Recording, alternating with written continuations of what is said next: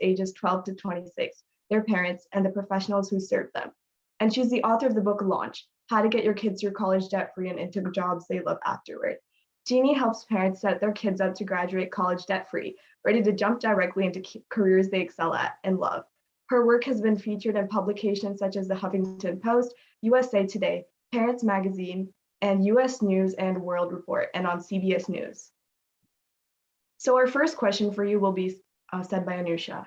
What is an academic strategist, and how did you become an expert in the field of debt-free college? Tell us that story. Okay, so I heard you say, what is an academic strategist and how did you become an expert in the field of debt-free college? Tell us that story. First of all, I am so impressed that your high school club has sponsored this event for the whole country. And we have people on here that are from all different states.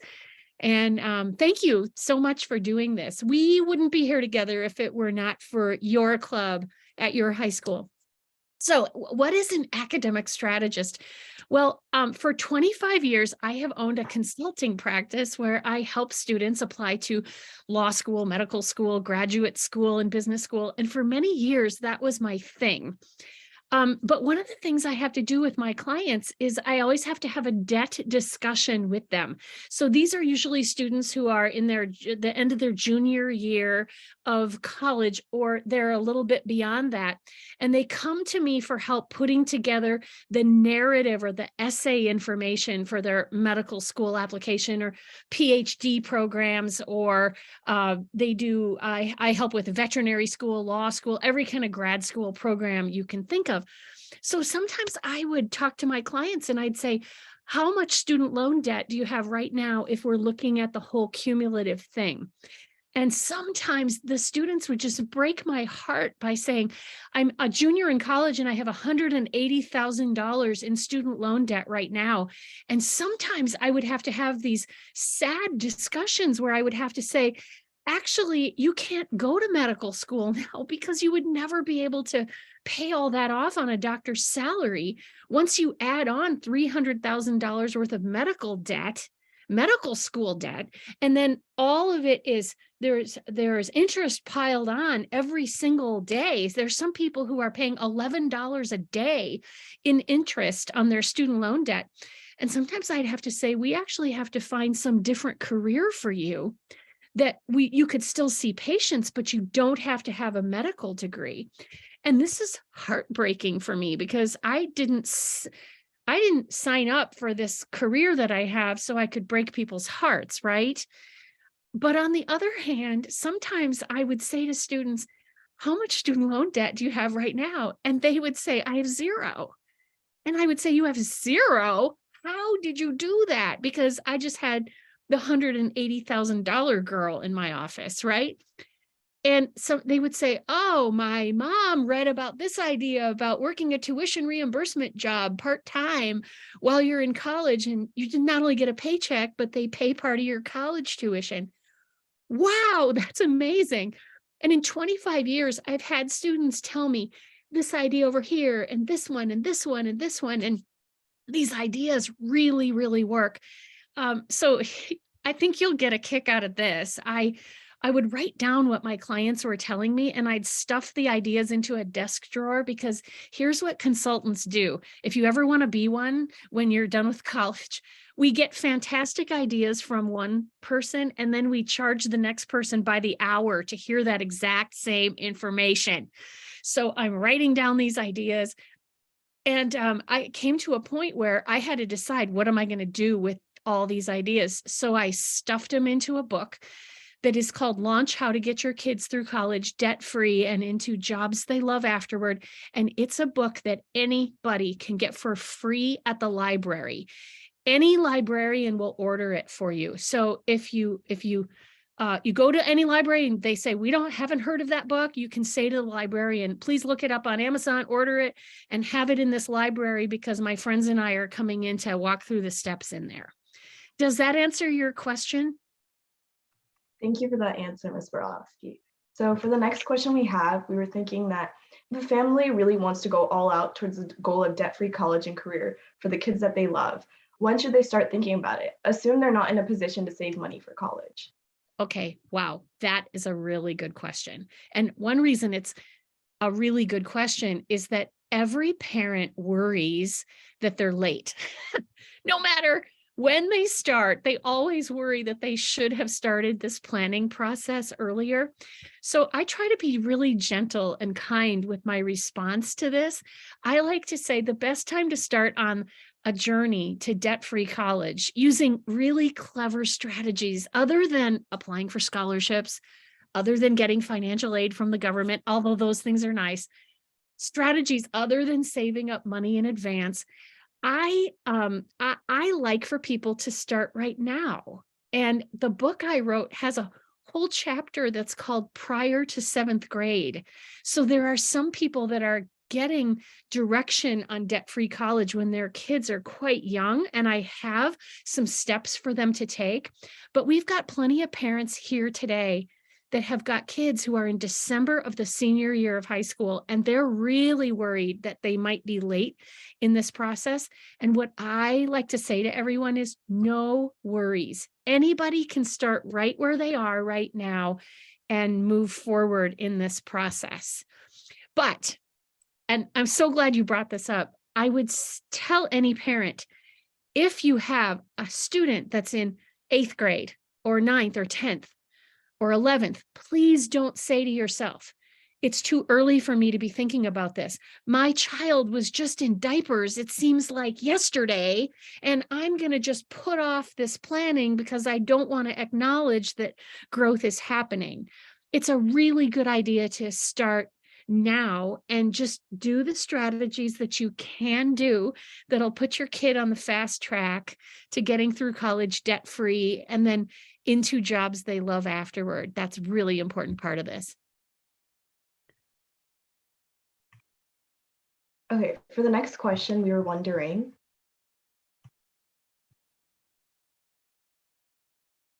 So a lot of parents think that the local state university is going to be the great bargain option for kids, but you believe that the local state university is not actually going to be a bargain option. Why do you say that?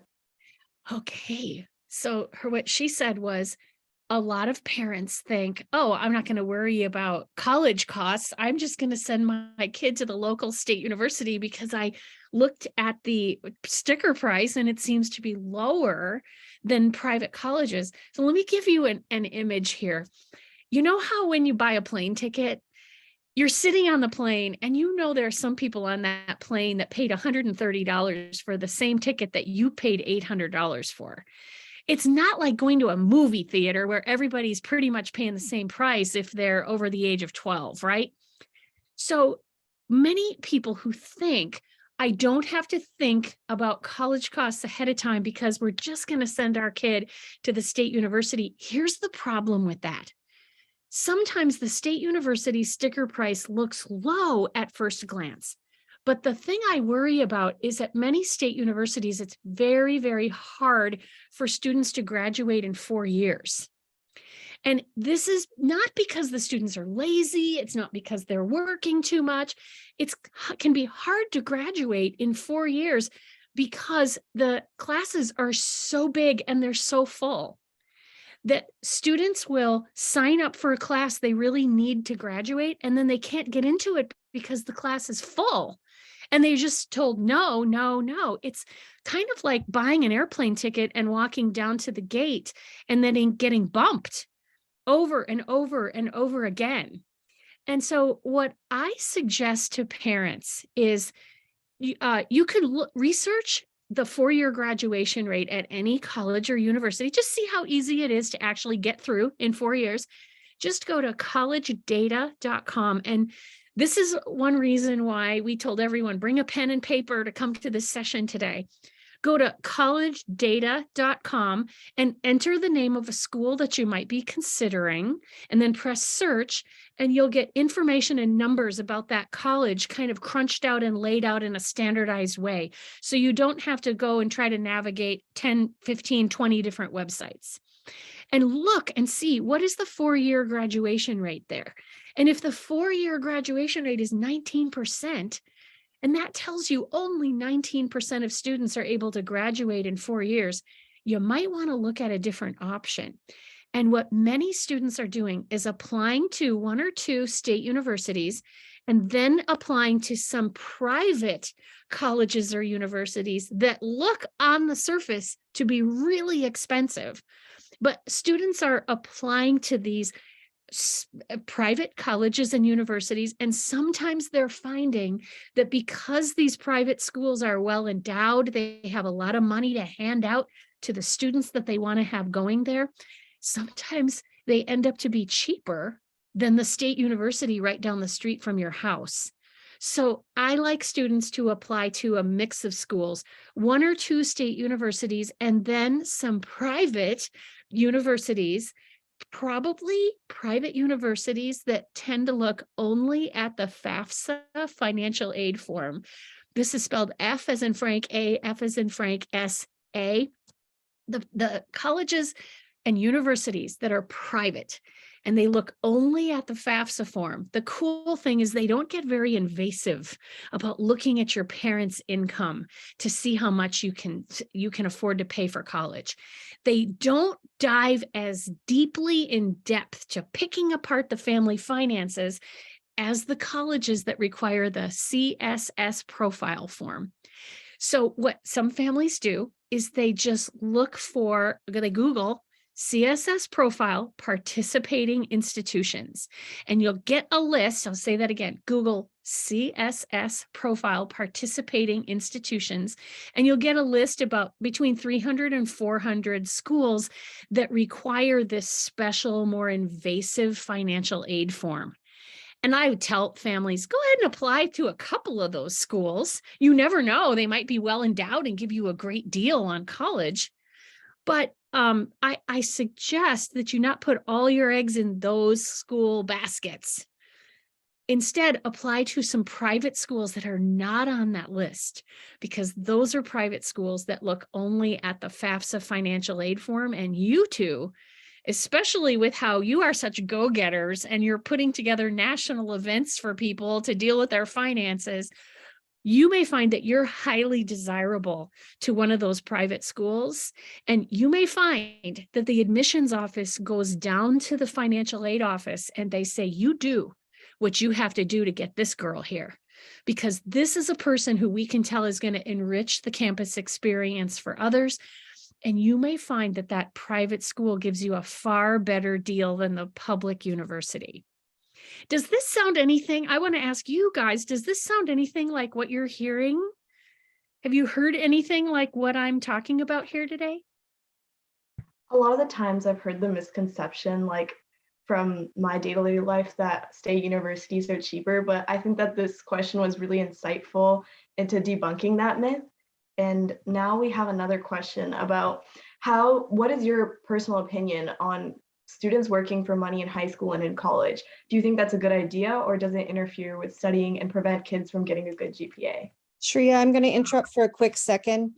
Ms. Burlowski, we have somebody who asked if you could please repeat that CSS address that you gave. Yes. So Okay. it's a long link that we don't want to make people have to write down a huge long link, but do this to find it. Google C as in campus, SS, that is like campus SAM profile participating institutions. And there, you just Google that and you'll come up with this big list of all the schools that ask for the CSS profile form. Go ahead and apply to a couple of those, but don't apply to all of those, because as we said, a private school that looks only at the FAFSA form might end up to be a great deal. Okay, so Shreya, you asked me about working for money while you're in high school or while you're in college. Is that a good idea, or will it interfere with studying and drag down your grade point average? And this is a question students ask me all the time, and parents worry about this. If I expect my daughter to work to pay for her own tennis shoes, will this mean that she can't do well in her AP classes or her honors classes? And let me tell you what research says about this. Research says that students who work for money while they are in high school and in college, they tend to get higher grades than students who don't. And let me just bounce this off of you. Do you have any idea why the research might show that students who work for money tend to get higher grades than students who don't? Why might that be? A lot of the times the students who are working may be more ambitious in terms of pursuing their secondary education. So I think that might explain why these statistics are there. And also a lot of them are interested in like, they're very, they're go-getters. So They're go-getters, yes. Here's one reason I think that it comes out that way. Students who work for money while they're in high school, while they're in college, and we look at 12 to 16 hours a week. We don't want people working 40 hours a week while they're in college if we can help it, but 12 to 16 hours is really reasonable. I think the reason that these students tend to succeed is that they have to keep a calendar.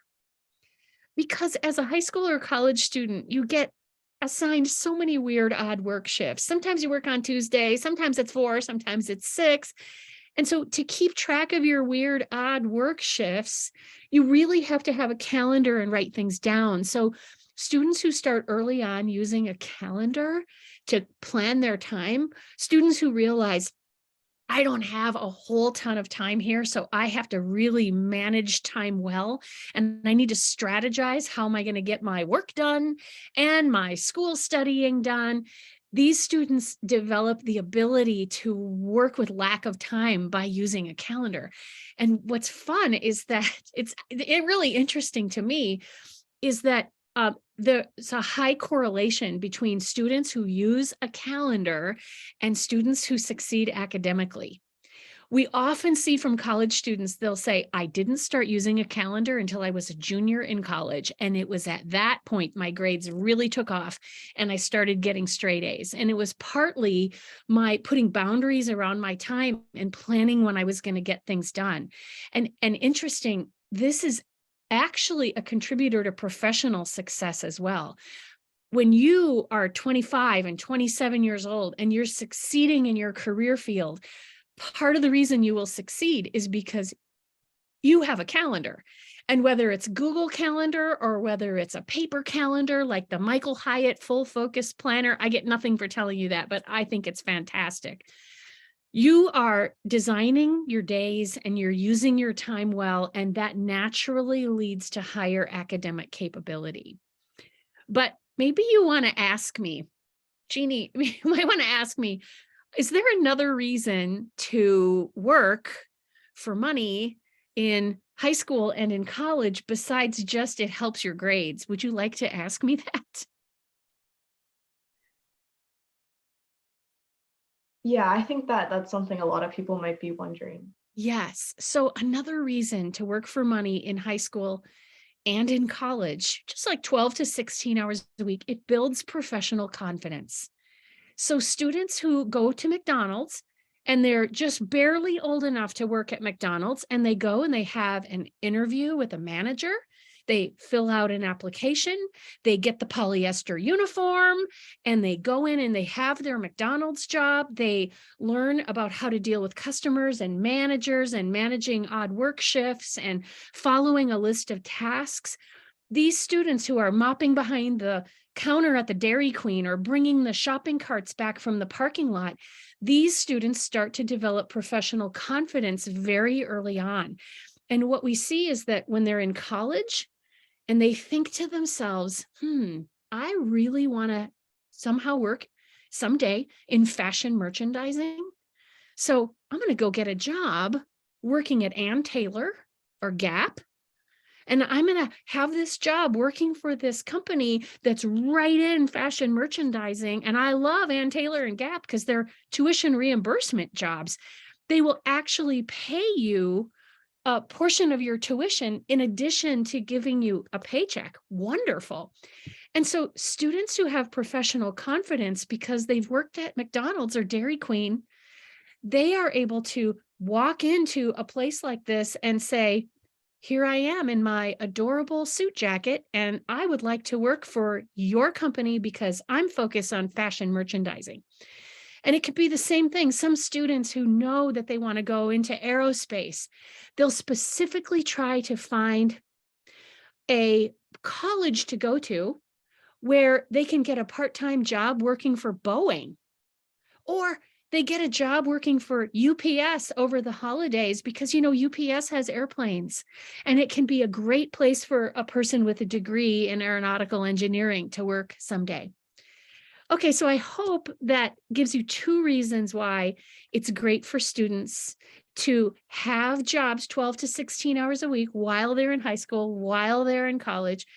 Two big reasons. One is that it develops professional confidence, and another one is teaches you to keep a calendar so your grades will probably be higher. Is that kind of the answer that you expected? Personally, I wasn't thinking of that answer. I was thinking of something a bit more, something that you would hear in the real world when you were to ask someone. So no, that was quite unexpected. So what were you thinking, Shreya? What would you think would be the answer that I would have as an academic strategist? When you asked me, should we work? What'd you think I was going to say? I was assuming that you would say yes for just the financial aspect of it and not for more personal sides to this question. So yeah. Good, excellent point. The financial side of it, I didn't even mention that, but it is awfully nice if you can bring in $40,000 extra over 7 years that you can use to pay for your own tennis shoes and your cell phone service and the gas for your car and things that parents wish that you would pay for. And for the parents who are listening here today, in 25 years of working as an academic strategist, I haven't seen kids working dragging down their GPAs. And I hope this helps parents to think, wow, I can now put more money into my retirement savings because I don't have to worry that my kids will not be able to handle working and going to school.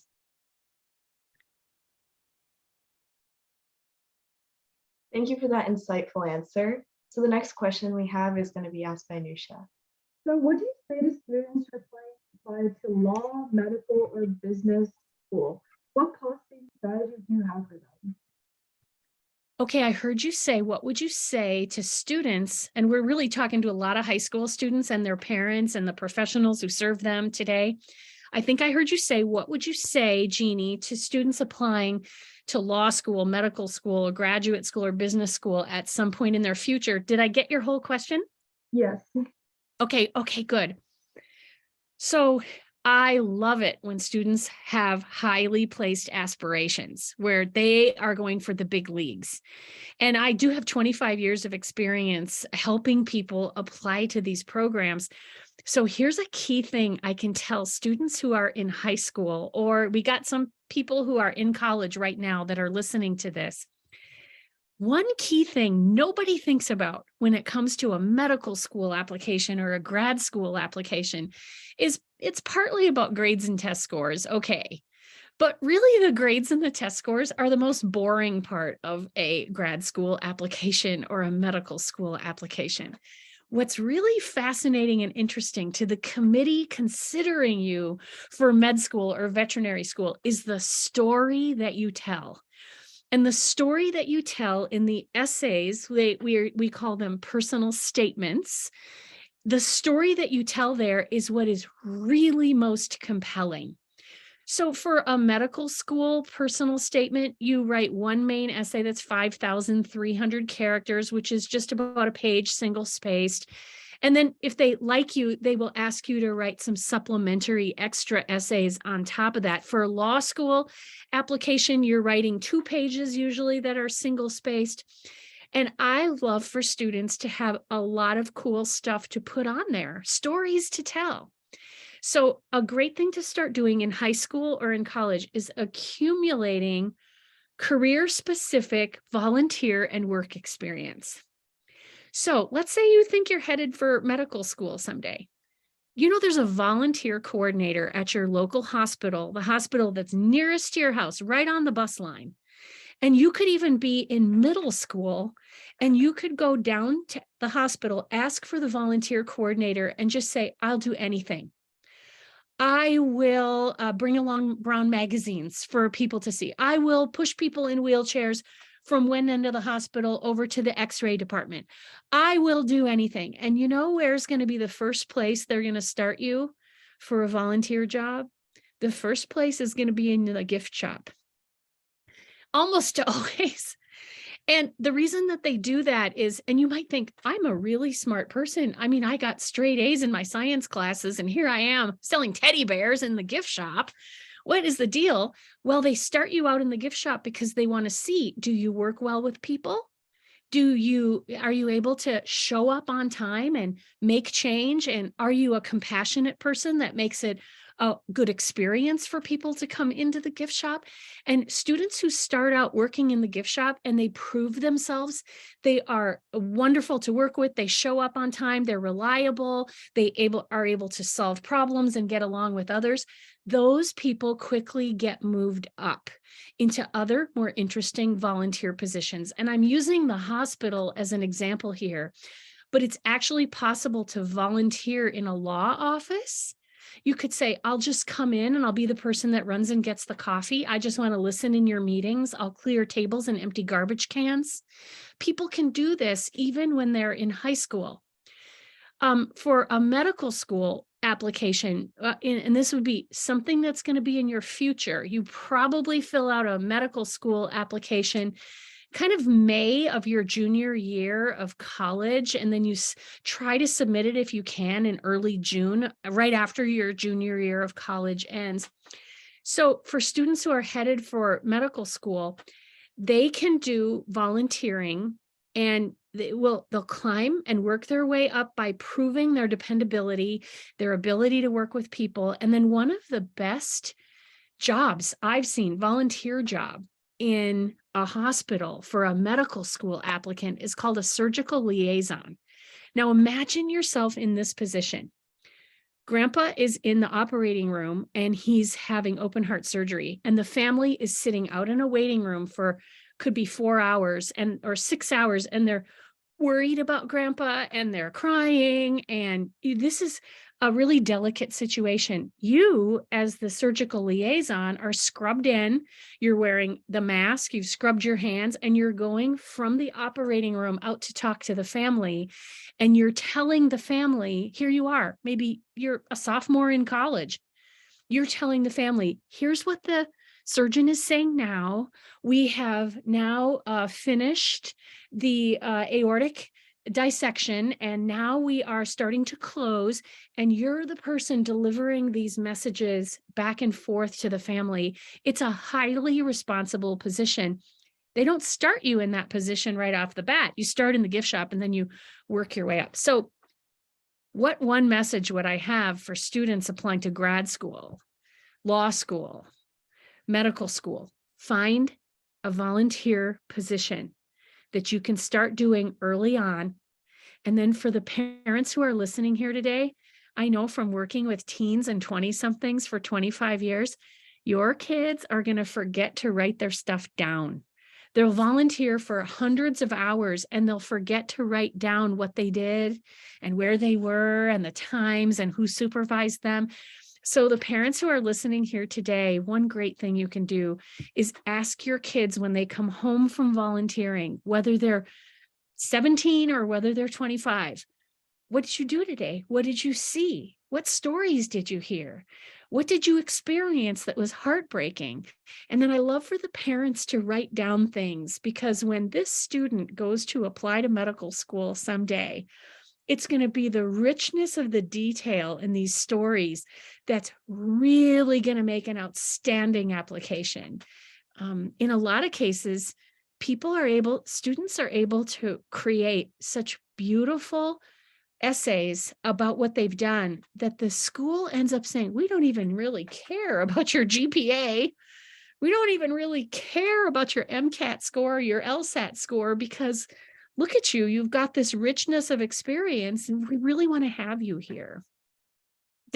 How does that, what I just said, how does that jive with what you've been hearing as someone who's 16, 17 years old?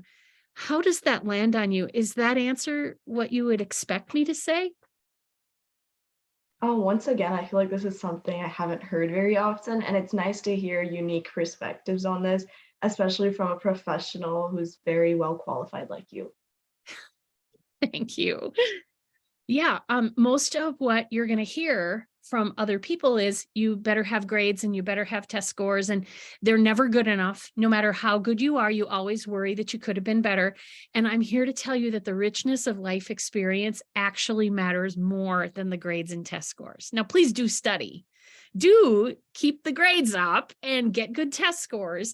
But for people who've got lower grades and test scores, they're not out of luck. There's still a lot that we can do to get them where they want to go. Thank you so much for that. We had our next question, which was your main focus is getting into college debt-free without scholarship, but you also say that applying for scholarships is a great idea. Would you have a rather radical idea when it comes to scholarships? Tell us about that. Oh boy. Yeah, so her question is, Jeannie, you say that you're about getting people through college debt-free without scholarships, without financial aid, without saving up money in advance. And we really are looking at more low-hanging fruit strategies that are easier than those. But students do ask me all the time about, should I apply for some scholarships? And I like to say, no stress, no pressure. But if you want to apply for some scholarships, it's a great idea. And what some students do is they plan that they're going to apply for 10 scholarships every single year, starting in 8th grade and going all the way through college, all the way through graduate school. Now, 10 scholarships a year, that is not that hard because students can knock those out in a day. What I probably said just now that was a little shocking to you is I'm talking about applying for scholarships starting in 8th grade. And have you guys ever heard the idea that you apply for scholarships in your senior year of high school and that's it? Have you ever heard that? Yes, I have actually heard about that.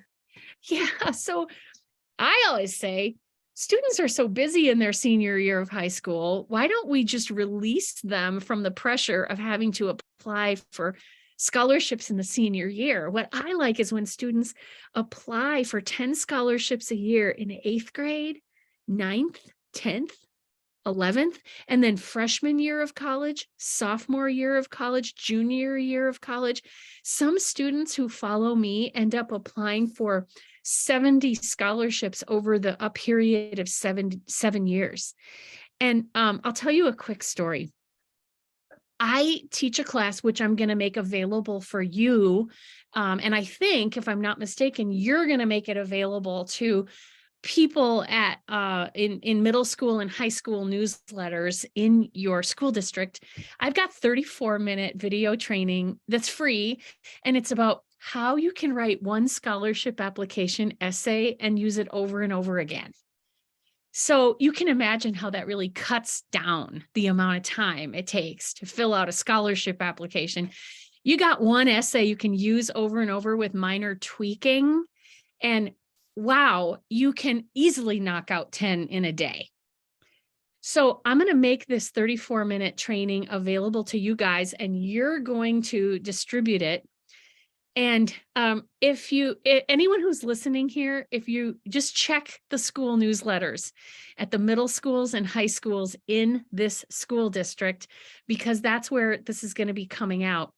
And I'll teach you how to write one essay you use over and over again. And for students who do this, sometimes they're just shocked at how many scholarships they get, even with lower grades and test scores. So speaking in a big, giant auditorium at a school in Minnesota, and a dad stood in a long line to shake my hand, and he said, "We came to hear you speak here last year. And on the way home in the car, my son turned to me and said, 'She's ridiculous. This will never work. Writing one scholarship application essay and then using it over and over again, that's ridiculous. And the dad turned to his son and he said, yeah, why don't you prove it to her? Just prove to her how ridiculous she is. And the kid said, yeah, I'm not gonna just apply for 10 scholarships. I'm gonna apply for 20. And then I'm gonna call her up and say, you're ridiculous and your ideas didn't work. Write one scholarship application essay and use it over and over again. And so he applied for 20 scholarships, and the dad was standing in the line to tell me he got 8 of them. Out of 20, he got 8, even though he had kind of a little bit lower grades and test scores. And he was shocked. He ended up with $20,000 in extra money to help pay his college bills.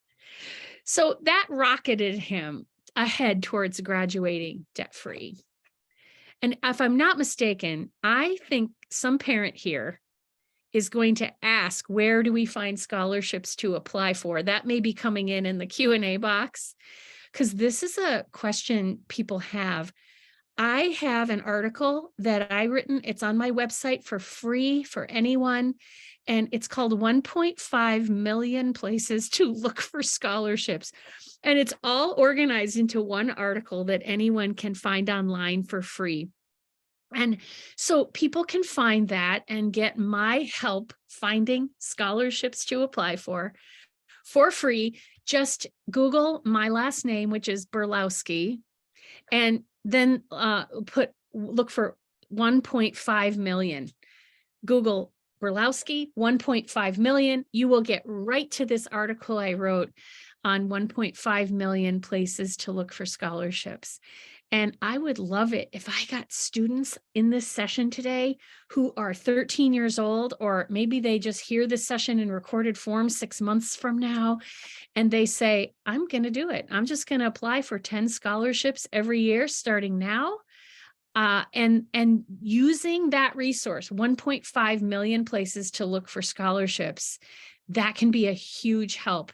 And I would just love to have this session that we're doing together today be a catalyst for someone getting thousands and thousands of dollars in scholarship money.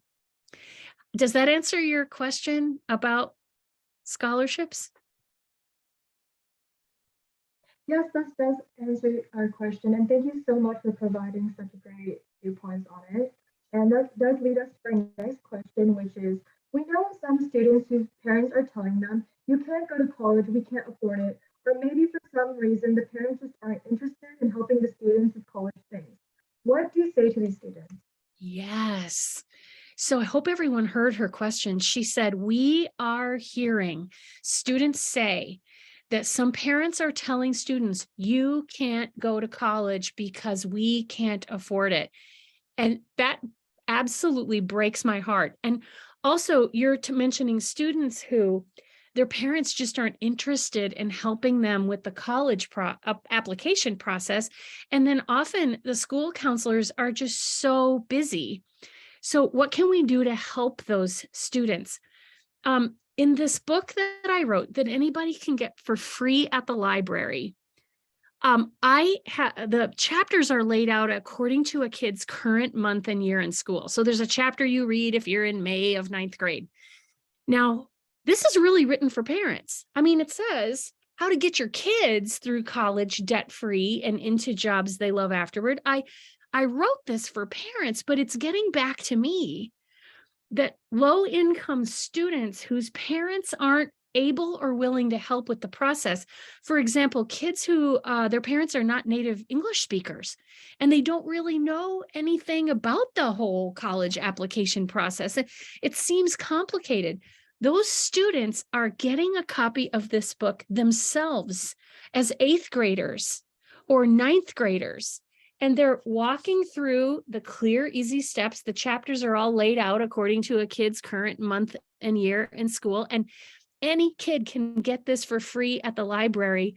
They're walking through the steps. And when they get stuck, what do you think they do as an 8th grader or 11th grader?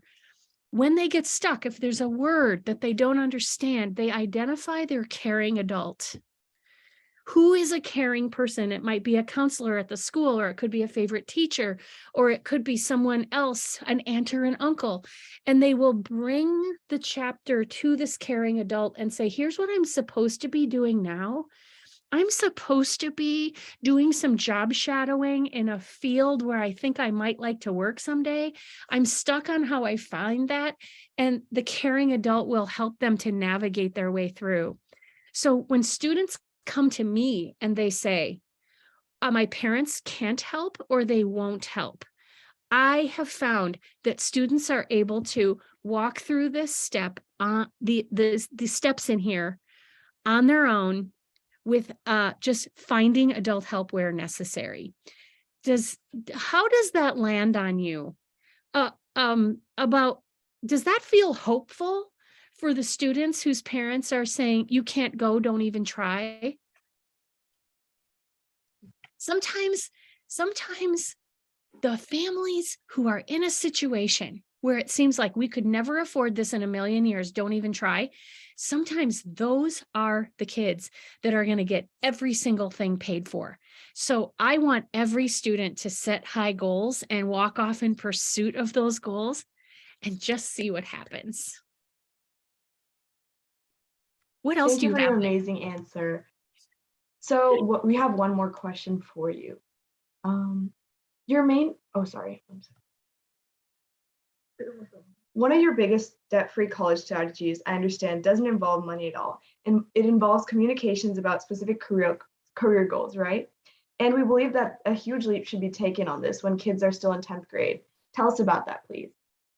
Yes. So one of the most important pieces of the journey to debt-free college, to me as a strategist, doesn't have anything to do with money, doesn't have anything to do with scholarships or saving up money in advance or applying for financial aid. I really want students to take 3 career assessments when they are in about January of 10th grade or as soon as possible after that. So if you have brothers and sisters who are 27 years old and they don't know what they want to do with their lives, it's not too late. But wow, students who take 3 career assessments when they are in the middle of 10th grade, they are in a fantastic position to set career goals for themselves so they can go like an arrow straight toward a bullseye. They know where they're headed, and these students tend to have extra confidence. They tend to have extra motivation to get up early and go to class and study hard. And they tend to select job shadowing experiences that are right in line with this career goal. And I know that people might say, you're in 10th grade. You can't possibly know what you want to do when you're after college. I am here to tell you that as a strategist, I have seen thousands of 10th graders who have been able to use the results of 3 career assessments in order to figure out possible career goal. And then guess what they do? They take only the college classes necessary to get them to that goal. And they go through college with not one wasted class, not one wasted dollar. And here's the scenario we head off when we do this. You know, there are some people that graduate from college with, I'm just going to pull a major out of the air. They'll have a political science major and they're $180,000 in debt from their political science major. And then they graduate and they go on Craigslist and there are no jobs for political scientists. And then they maybe go get a job that's related to political science and they say, I hate it and I'm not even very good at it. And now I want to go back to college and I want to be a nurse. I'll just go to a 2-year RN degree and I'll be a 2-year RN and that'll be how I'll support myself. And the worry there is somebody is paying off $180,000 in student loan debt for a degree they're never going to use, and they're trying to pay it off on a 2-year RN salary. Well, how can we head that off? What I like students to do is take 3 career assessments when they are in about January of 10th grade. And then they can set a goal for themselves that they know is workable. And if they're going to be nurses, let's decide that early on. And let's just take like an arrow straight toward a bullseye. Does that answer your question about the key component? We're going to get to Jake. Jake's back on here in just 1 second. This is why I said that it's not just about money issues, but you can save a ton of money if you have clarified career goal and you know where you're headed. And for people who are getting this book at the library, chapter 13 describes what I just said about this in great granular detail. After all, the book is called Launch How to Get Your Kids Through College Debt-Free and Into Jobs They Love Afterward. So my biggest focus here is probably on jobs they love. That's what matters to me for you. And I think, does that answer your question? I'm going to add to that if I may. Yeah. We have local resources. For our parents, we have a ton of parents that jumped on asking about a career assessments. When your student gets into middle school, whether that's 6th or 7th grade, depending on how you've done it, they start working with software that we have bought years ago called Naviance. Naviance is a system that will follow them all the way through high school and on into college if they wish. And in that, they have career assessment modules. All of the high schools have college and career counselors. So your son or daughter, when they hit high school, they should be getting to know that college and career center. You will be able to get assessments there. You'll be able to get help with Naviance. There are required things that students have to do in Naviance as they work their way through their middle and high school years. So it's already there. And you can absolutely tap into Ms. Burlowski's resources as well. You know, there's no shortage of assessment information out there, but your kids can literally just walk into the college and career center and get some hands-on help there. Yeah. And I don't administer career assessments myself. I'm too busy getting people into medical school, but I refer out to that when somebody asks me. But if there's anything you can get out of my message here today, it's that this career assessing, preferably in 10th grade, is really important. And what we see at schools that provide these wonderful Naviance tools is that some students aren't using them. They're not using them as fully as they can. So I hope the students who are listening here today will go knock on the door of the Career Center and say, give me everything you've got. I want to use all of those tools. And the career counselors there at the high school will throw their arms open wide and say, I'm so glad that you're here asking about this. You're the kind of go-getter that's going to go far. Do you have other questions there, Jake, that are coming in from the parents Q&A? You have tons. Okay. And I was just answering a very quick one where I can answer them quickly based on what you've already said I'm doing, just so that we can kind of cull through these. But we'll just stop at the top. I have an anonymous questioner who is asking if you would recommend a community college or a four-year university. Oh, yes. I get this question all the time. And I actually have an article that I wrote that's called, can a community college lead to a master's degree? And the answer is absolutely yes. We see 20% of students who have master's degrees started out in community college. So I think as an academic strategist, I think community college can be a fantastic money saver. Students can live at home for the freshman and sophomore year of college, and they can accumulate half their college credits for a fraction of the cost of what a four-year college would cost. But if you're going to do this, I suggest that before you sign up for any community college classes, you know what four-year college you're actually going to go to, if that's going to be a part of your story. And you call the registrar, or you go to the registrar at your four-year college and say, I'm thinking about taking this biology class at the community college near my house. Is it for sure going to transfer? Because I sure don't want to take and spend time on or pay for any community college classes that aren't going to transfer to the four-year school. So do that.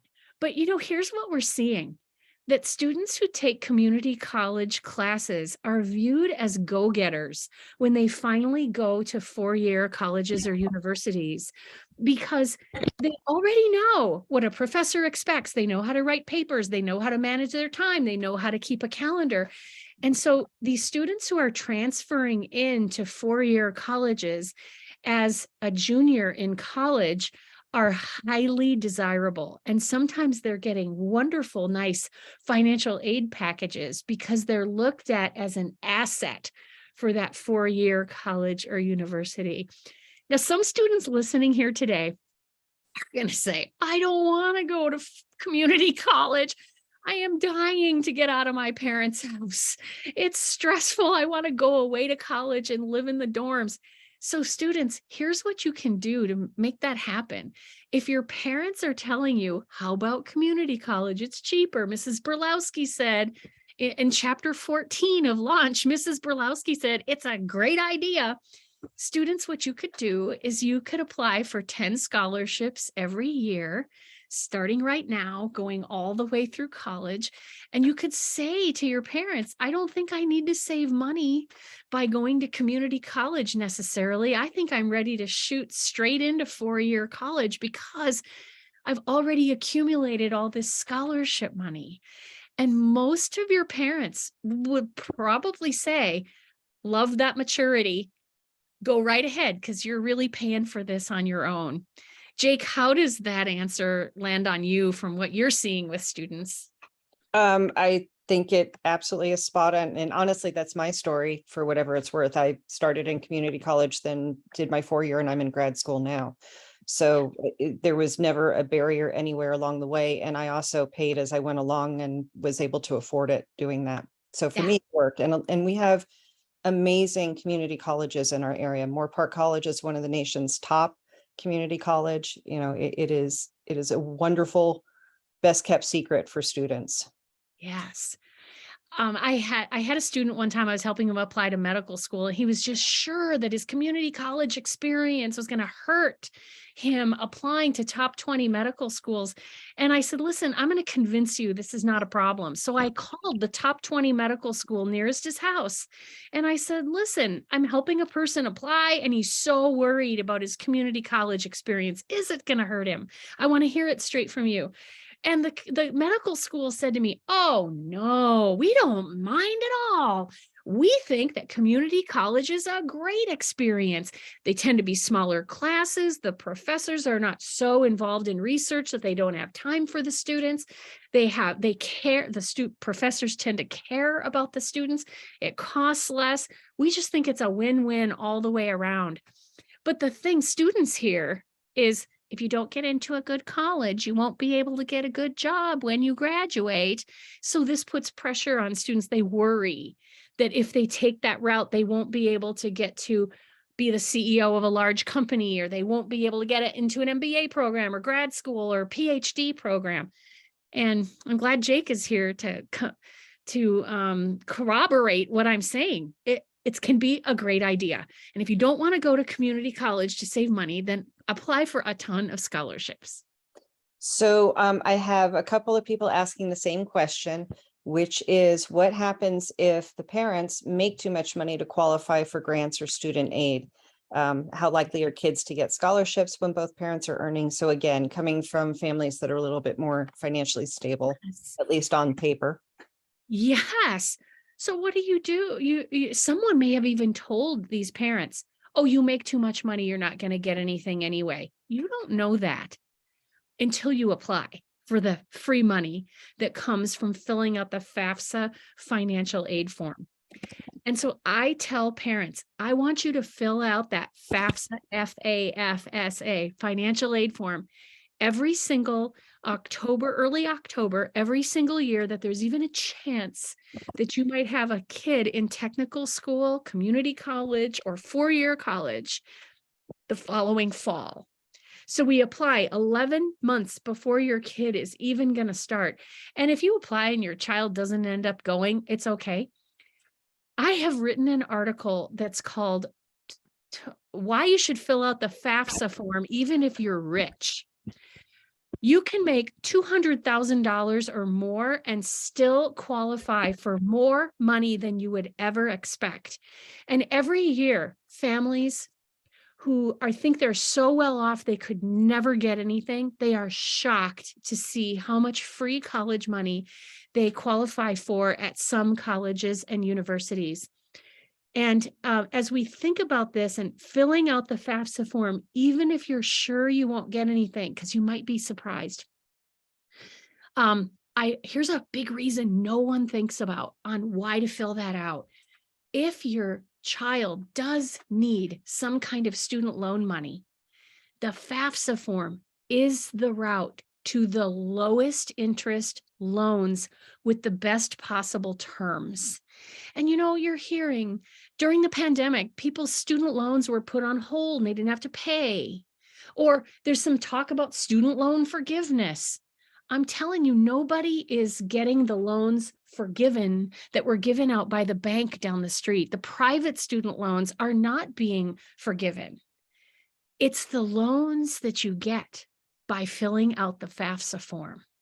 So for parents who are thinking, we're massively rich, we are not going to fill that form out because we won't get anything anyway. There's a national radio host I heard that talks about debt that said, don't fill it out, you're not going to get anything. And that couldn't be further from the truth.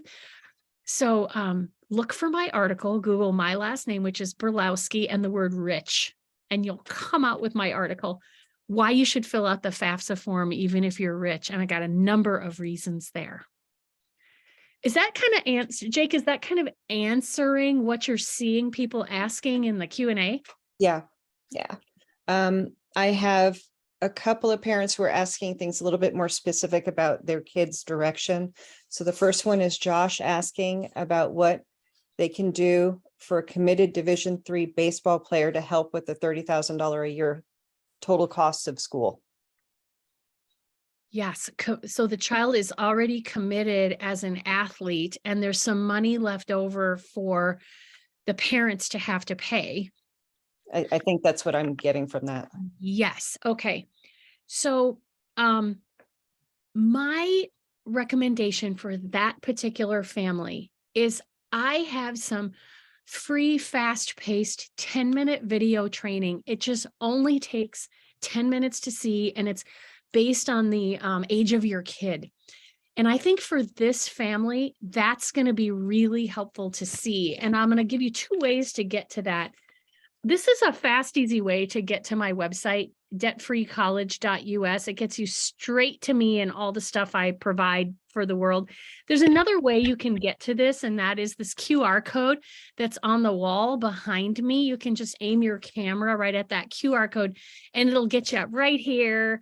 And right there in the there's a big red box right at the top, and that's where you find this free, fast-paced 10-minute video training that tells parents, here's what I can most do to help you. Because that student who's still got $30,000 a year to pay, even after he devotes his whole life to baseball while he's in college, there won't probably be one solution that gets that all paid for. What it'll be a little bit of this and a little bit of this idea, and we'll cobble it together with this idea over here. We'll put it together with this. And that video training that I'm describing by going right here or in your camera at the QR code and bookmark that site, this is what's going to help parents to feel like, oh, Jeannie has given me some instruction on how we can walk through this process with a little bit of this and a little bit of that, and we can cobble together a debt-free college experience for this athlete. And that parent may very well have a follow-up question. So I welcome you to ask additional questions in the Q&A, and Jake will bring them to me. I also had a parent kind of along those lines asking for specific advice for students majoring in the arts, such as theater, dance, etc. Yes. I know what that parent, that I'm guessing that parent is thinking. I don't know if my son is going to actually be a rock and roll guitar player. And I'm worried about the arts experience that cost $100,000. And will he actually be able to make money at that? So people who are involved in the arts, I think it's fantastic. It's important to develop your talent and your passion. But here's my suggestion. I love for students who are interested in the arts to do two things at the same time. And this is not very difficult. So you're in your piano performance major and you're practicing 2 hours a day and you're taking lessons from the most elite musician at your college or university. At the same time, could you also take classes in an adjacent field? For example, you're really good at piano. You're going to be a piano performance major. Could you also train to be a music teacher? Or could you also train in music therapy? So someday you're going to grieving families and you're using music therapy in order to help them to heal from trauma. Some students who want to be they want to be on Broadway and they want to be singing and dancing. They will not only have their singing and dancing major, but they'll do something tangential to that, like, could I become a person who manages the theater? I sing and I dance, and during times where I didn't get a part in a show, I can have the job where I manage the theater. And for a student that's going to do that, I love for them to take management classes. I love for them to volunteer and job shadow in a theater so they learn how that's done. So, long story short, if you're thinking you're going to enter a career where your parents are worried about your ability to support yourself, you do your thing you're passionate about. You use all of the strategies that you can. Here's the little sign I want to show you. This one, debtfreecollege.us. You use all the strategies you can to keep the debt down on that. And then you choose a tangential major that will also be wonderful for you, that you can use to make money in the lean times. I want to ask Shreya, how does what I just said, how does that land on you? How do you think students are going to react to hearing me say that? I think a lot of students are going to this is really important for them to hear, since hearing this too late, or it's never too late, but sometimes hearing this early on is great. And I think that is very valuable for them. Yes. So I think just a good question is, so you're going to do this. What else are you going to do that goes along with that? What else are we seeing for questions? I have a simple one. Is it too late to fill out the FAFSA for next year? Oh, no, it's not. Really, really good question. Years ago, people used to fill out the FAFSA January 1st for the following fall. And Barack Obama changed the whole timing on things. And so now we fill out the FAFSA form around October 1st or as soon as possible after that. And so students or parents are the ones that fill out the FAFSA form, and they can just Google the words FAFSA and then be sure that you're at the actual FAFSA website. There are some phishing websites that are scammy where we don't want to have you. You want to be sure that you're at the website that says U.S. Department of Education at the top. It's really pretty easy. You answer some questions. It's pretty safe. You use something called the IRS data retrieval tool. So it just pulls over information right out of your tax returns. It's not a difficult process. And then you will hear back from colleges or universities. Here's the results that we saw when you filled out this form. And then next spring, this will be the spring of the senior year of high school, you will start getting what are called financial aid award letters from the 10 or so schools that you applied to. So they'll say, if you come here, we'll give you this much money. And another school will say, if you come here, you'd have to pay this much out of pocket. And really savvy students are making their decision on where they go based on what kind of a deal they're going to get. Because the truth is, if you have your sights set on highly placed career goals that are going to require law school or medical school or graduate school, it honestly doesn't matter much where you go to undergrad. And I know that flies in the face of what a lot of people are thinking. You heard this information, you hear, if you don't get into a good college, you won't be able to get a good job when you graduate. Oh, let's just lift the pressure off. As long as you're going to a college that is not a for-profit college, you just do the best you can there, and you are probably going to be okay. And how do you figure out if a college is a for-profit college? The way that you figure it out is go to collegedata.com, put the name of the college in the search bar, press search, and you'll be able to get a screen that's crunched out in a standardized way for every school, and they'll tell you if it's a for-profit school. And then stay away from those. They tend to be expensive and students don't have good outcomes.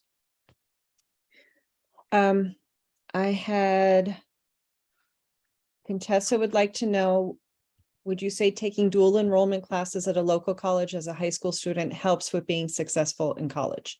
Oh, now this is one of my favorite topics. I love dual enrollment, and dual enrollment is not available in every state. And we've got people on here. We got 130 people that are still on here. To find out if dual, and I'll say what it is in just a minute, to find out if dual enrollment is available in your state, Google the name of your state and the words dual enrollment or concurrent enrollment, and you'll get to your state's Department of Education website, and it'll tell you what's allowed for dual enrollment in the state that you live in. And in some states, like Minnesota, for example, students are able to take college classes for real college credit while they're in high school. And they're able to get the state to pay for it. All the tuition, all the lab fees, all the books, all the different associated fees. And some students who take advantage of dual enrollment, where the credits you get count for high school graduation and college graduation at the same time. Some students who do this are able to walk across the stage at their high school graduation with 2 years of college completely done. And sometimes these students are, the registrar is calling them as 18-year-olds and saying, you're going to be a junior next semester because you have so many college credits already. And if you ever hear someone say, Jeannie Burlowski helped our kid to get through college debt-free at the age of 20, and she went straight to her dream job at Disney, dual enrollment is almost always a part of that kind of story. What did you have to add to that? I just wanted our parents and students to know, especially if you're not yet in the high schools, that we do offer many different dual enrollment classes. It depends on which high school you're at, but most of them run through Moore Park College, which is the community college near us. So again, this is where you want to talk to your high school counselor when you get in there. Also, you have your student has the potential of earning credit, college credit through AP classes, and which are advanced placement classes. And at Royal High School specifically, we have the International Baccalaureate program, and testing out of that also can help them earn college credits. So there are a lot of different ways that we have, and we're expanding as much as we can to have students be able to earn college credit while they're also in high school, either by taking dual enrollment classes or taking the higher level classes. So you can tell the staff at this school really, really cares about this. So if there's one message I have for students and parents, it's take advantage of this staff by asking them questions and pursuing every possible option. One question a lot of parents bring to me is, if my kid is taking college classes in high school, will they still be able to have the full high school experience? I mean, will they still be able to decorate for homecoming, and can they be on the student council, and can they be in the financial association for the high school? And the answer is yes. Students who take real college classes when they're in high school are still able to participate in all the school activities. And students who have done it have told me people hardly even noticed that I was not taking normal high school classes at the high school. One young woman actually told me that she was taking full dual enrollment classes in high school. She wasn't on her high school campus at all, other than for jazz band and being in the student council after school. She was elected homecoming queen. She was utterly shocked that nobody even realized that she wasn't taking her classes at the high school. And she's the one that walked across the stage at her high school graduation with 2 years of college done. How do credit scores on the parents' part affect the loans and financial aid that could come through? And we have Credit scores versions of that, but it's all about if the parents are struggling with credit. Yes, if parents are struggling with credit, you're going to probably have trouble with maybe private student loans. These are the ones that you don't get from filling out the FAFSA form. So I would say to this family, be really sure that you fill out that FAFSA financial aid form every October 1st, that there's even a chance you'll have a kid in college the following fall. And if you can't get it done October 1st, that's okay. Just try to do it as soon as you comfortably can in the first half of October, because there's limited amount of money to hand out. You want to get first in line for it, right? So I'm hoping that if you have to get loans, I'm hoping the loans you get are going to be those lowest interest loans where your credit score doesn't matter as much because they are backed by the federal government.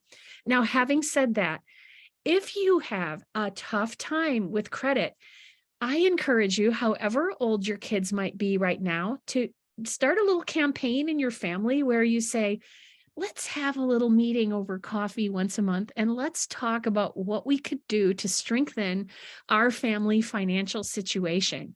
And sometimes it's kids heading off to college that make parents say, let's get really intentional about strengthening our own financial situation. And there are resources that can help you to do that.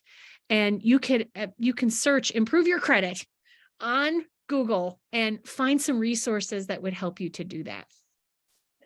We had somebody who wanted to know if there were resources to help pay for the college application fees. And yeah, they can really mount up, I know. Oh, right. So here's what you do. You want to apply, you got a list of like 10 colleges you want to apply to. And if you getting this book from the library, chapter 14 has really good guidance for parents on how to pick colleges that are probably going to be good bargains and be a good fit for your kid. So you've got this list, you've kind of gotten it down to 10 schools, and you can call those schools before you apply, and you can just say, money's tight, and I'd like you to just waive our application fee, WAIVE. Just make it so we don't have to pay it. And you know what the schools will say? Sure, we'll be glad to waive your application fee. Here, just enter this code on the application and you won't have to pay it. Nobody asks you your income or how much debt you have or anything of the kind. They just will say yes if you ask. So I strongly encourage families to call individual schools and ask them to waive the application fee. We really don't want finances to get in the way of any kid having a great quality college experience. Sergio's asking why out-of-state schools are so expensive. Yeah, aren't they though? They really are. It's not so much that out-of-state private schools are more expensive, but let's say that you live in California and you're thinking about going to the University of Nebraska. Well, who do you think pays for the University of Nebraska? It's Nebraska residents are paying for part of it through their taxes, right? So the university, I'm pulling this out of the air, the University of Nebraska is going to favor Nebraska residents who their parents have been paying taxes there for years and years. That's why out-of-state public universities are far more expensive. So often my advice to families, and anyone can find this in chapter 14, just get it at the library. In chapter 14, I say, try, if you're going to go to a state university, try to make it a state university in the state where you're currently a legal resident. Now, there have been people who have said, my son is in computer programming and I want him to go to UT Austin. University of Texas at Austin, fantastic for computer programming, but it is so expensive if you're going there from out of state. So here's what some families have done. Some families have actually packed up the family and moved to another state and become a resident so they could get in-state tuition for their kids. Now, if you're thinking about doing this at all, then you want to call the school ahead of time. If you're got your eyes on UT Austin, call them and say, what's required for me to get in-state tuition at your school? Is it live and pay taxes in the state for a certain period of time? How long a time is that? Is it that I have to have a driver's license in that state? Do I have to have a residence where I have a bed to sleep in that state? And find out what the rules are. And there have been some people who have actually moved in order to get their tuition cut in half. And I don't think it's a terrible idea. I'd like to also add that sometimes, when you're doing research, especially early on into colleges and their tuition, if you're looking at their websites, they're putting down their actual fees as they would be. But a lot of schools, especially if they're in states where they have declining enrollment, where they have an aging population, and they're really desperate to get younger people into their states, a lot of times they're going to have incentives for those schools. They're going to have incentives for specific programs because they're trying to get people to stay there after they graduate to add to the labor pool. So don't be turned off by a school that's out of state. Ask the questions first. Do you have any specialized financing if we're coming from out of state? Do you have any special scholarships to incentivize my kid coming to you? That kind of thing. You might be surprised by the answers. Yes. And here's a related strategy. Let's say that you live in California and you are kind of interested in this school in North Carolina, and it's really far away. There are some colleges, and this tends to be private colleges, not the public universities, but some of them really pride themselves on saying, we have students here from every state in the nation.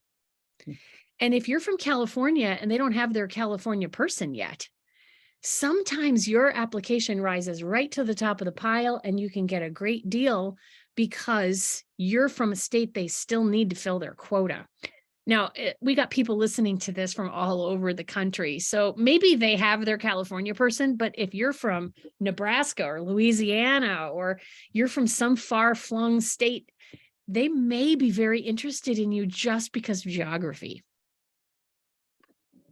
Somebody is asking, in general, do colleges want to know if you can pay for the first year, or do you have to prove you have the resources for all 4 years? A good question. So truly, the colleges don't care if you have the resources to pay. I wish they did, but all they care about is that you can write a check on the dotted line. And if you can write a check, they're going to take you. And then if for some reason you run out of money and you can't pay, they'll just say, bye. See you, sorry, you couldn't come here. We're going to fill your chair with someone else. So you don't have to prove that you can pay. And this can be a very bad thing, because you could get into a situation where your child is signed up for a college you could never afford to pay for, and you haven't strategized ahead of time to make that doable. And so here's your child has friends there involved in activities. They have all their posters on the dorm room door. And then you have to tell them you can't go there anymore. You have to transfer out, go to community college because we ran out of money. And I don't want this to happen to any family. And so that's one reason why I go out and I do this speaking at college, at high schools for free, because I want parents to have access to every possible viable debt-free college strategy so they can cobble together a little bit of this and a little bit of that. And even low-income families are telling me, we were able to get our kid through college debt-free, and she's in a great job that she loves, and it wasn't even that hard for us to do that. And for anyone listening today, we're kind of coming down to the end of our time together. For anyone who wants to cobble together strategies that lead to debt-free college, the best thing I can tell you is be sure that you look for my 10-minute video training at this link. You can write this down. I love this because it's easy to spell. Or you can just point your camera at my QR code, which is over here, and then bookmark that right at the top of that website. There's a big red box with free 10-minute fast-paced video training in it. And parents tell me it makes them feel better. They feel like I have a guide for the journey, and it costs nothing. It is just get a book from the library and walk through the steps. But the website that I'm directing you to for the free video training, this is the first step. This is the first step for everybody. We had a couple of parents asking early on about job opportunities in the prospective field of their students. I wanted to answer these from a SIMI Unified School District perspective for a moment, because Jeannie wouldn't know this. If you're in SIMI, and I think both of you are, you've got the opportunity in high school for career technical education programs called CTE programs. And these programs often have internships or job training or shadowing opportunities attached to them, depending on what the program is. All of our high schools have CTE programs. So again, this is something that you would have a conversation with counselors about. In our city, we also have the youth employment services, and sometimes they can help place you in positions where you might be at the hospital as a candy striper, you might be at a restaurant as a server. Somebody asked specifically about veterinarian hospitals. I would say just start making some phone calls. But remember, in this case, Leisha had said that her daughter is 12. 12 is going to be too young for her really to be behind the scenes at a vet, unless you happen to know one personally. But as she gets a little bit older, she certainly can probably volunteer or take advantage of being around the animals if she's helping out. And then I don't know if Jeannie has anything else to answer for that. Yes, I'm so glad you brought this up, because I am a huge fan of technical school programs where it's only 2 years and then you're out in the real world making money at the age of 20, and you're making more money than your dad. We need students who have technical school education, who know they have got real world job skills that are in huge demand right now. I have a friend who is a teacher at a technical school, and he had one of his students go through this 2-year program on heating and air conditioning. And then the student came back to him and said, I'm so proud. I got a great job and I absolutely love it. And I am making $90,000 a year. And my friend said, well, that's pretty good. That's a lot of money, even after they take all the taxes out. And the kid said, oh, that's after they take all the taxes out. That's my take home pay at the age of 20. Now, I'm not going to tell every student to go to technical school, because there are some students listening here today who are just cut out to be doctors, or they're cut out to be teachers or CEOs, or they're cut out to be people who do physical therapy for elderly people. So I don't want to push everyone towards technical school because it's less expensive, because it's only 2 years, because you can make real money at the age of 20. I'm not going to do that. What I'm going to do is say, go to get every career assessment you can get your hands on. And I'm a huge fan of the Clifton Strengths Assessment, which is so cheap. You can get a book on Amazon for $20, and it comes with a little Clifton Strengths Assessment in the back. You do every career assessment you can get your hands on. And you know what? If it turns out that you would make an amazing construction manager, or a massage therapist, or a funeral director, or you would be a great X-ray technician, oh, for heaven's sakes, go to a technical school. Your high school will help you do that. And then, if you decide you want to go to 4-year college someday, that's okay. The 4-year college will be waiting. This person would like to know, how important are GPAs, grade point averages, and can a non-straight A student get into UC schools, University of California schools? The answer is absolutely yes. And everyone tends to think, oh, it's all about grades and test scores. And if I don't have the highest grades and test scores, I can't get into a school and I can't get a scholarship. My experience in 25 years of academic strategy is that's not the case. What really is compelling are not some numbers in gray boxes on a piece of paper. What's really compelling about you is your story that you write about in the essays. And this is true for graduate school and medical school, and it's true for getting into college as well.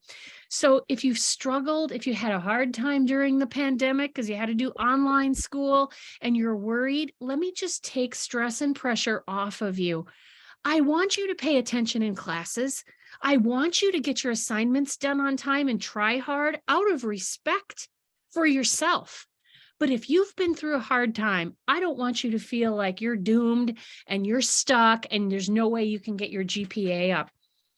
I have a story where I helped a woman get into a top 20 medical school with a 2.9 grade point average. And there was a reason she had that.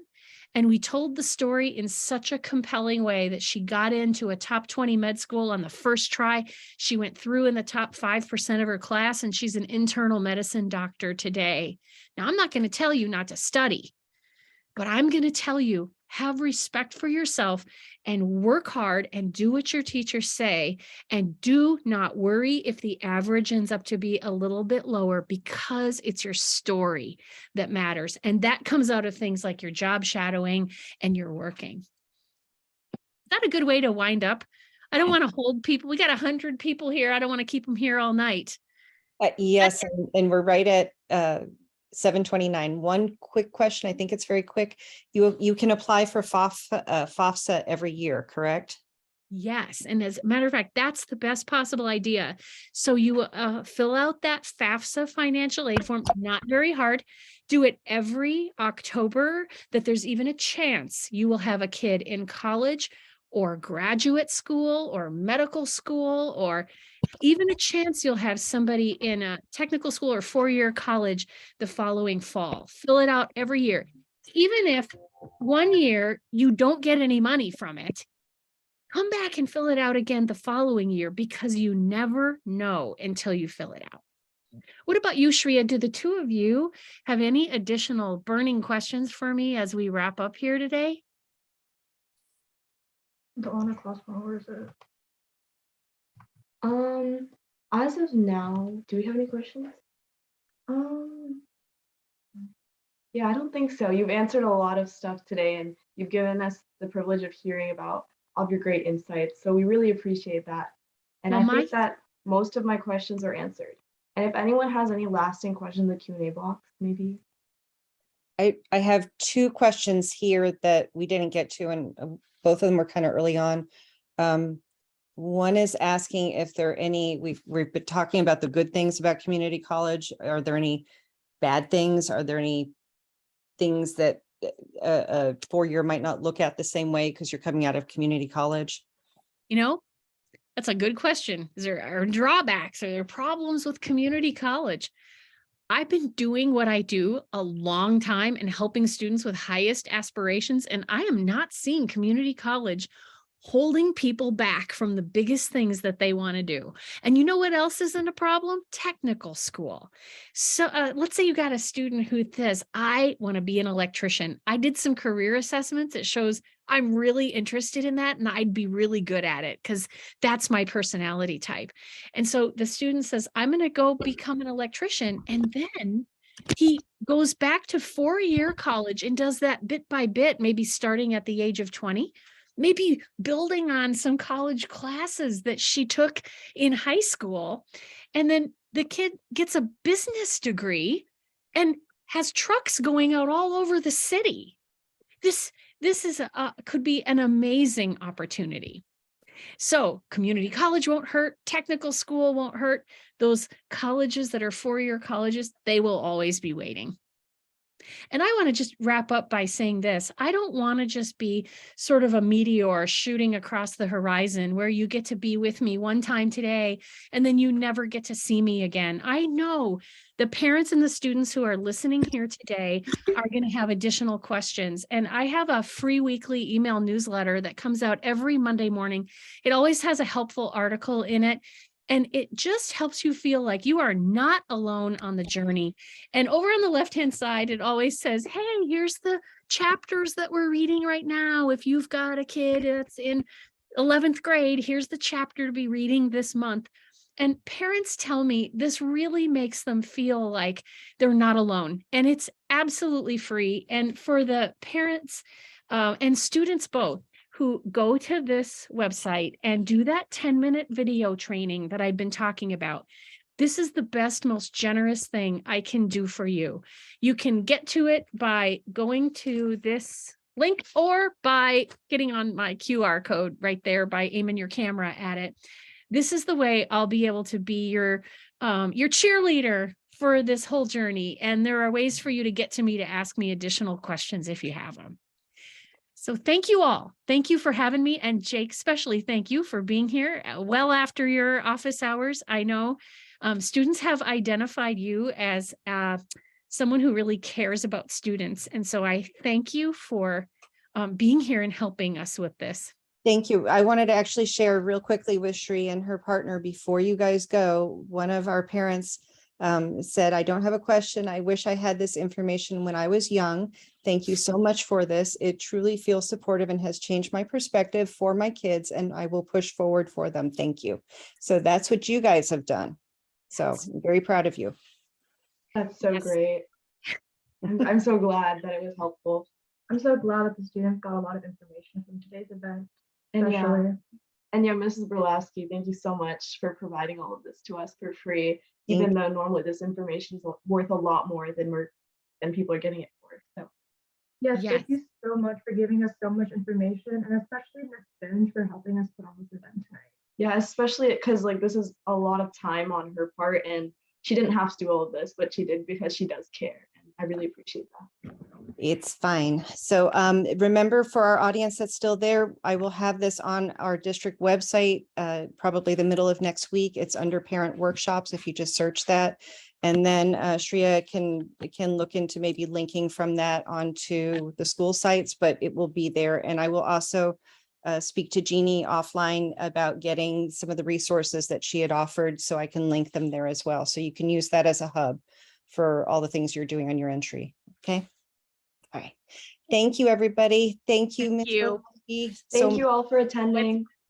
Thank you for planning this. You are rock stars. Okay. Bye-bye. Bye, everyone. We will.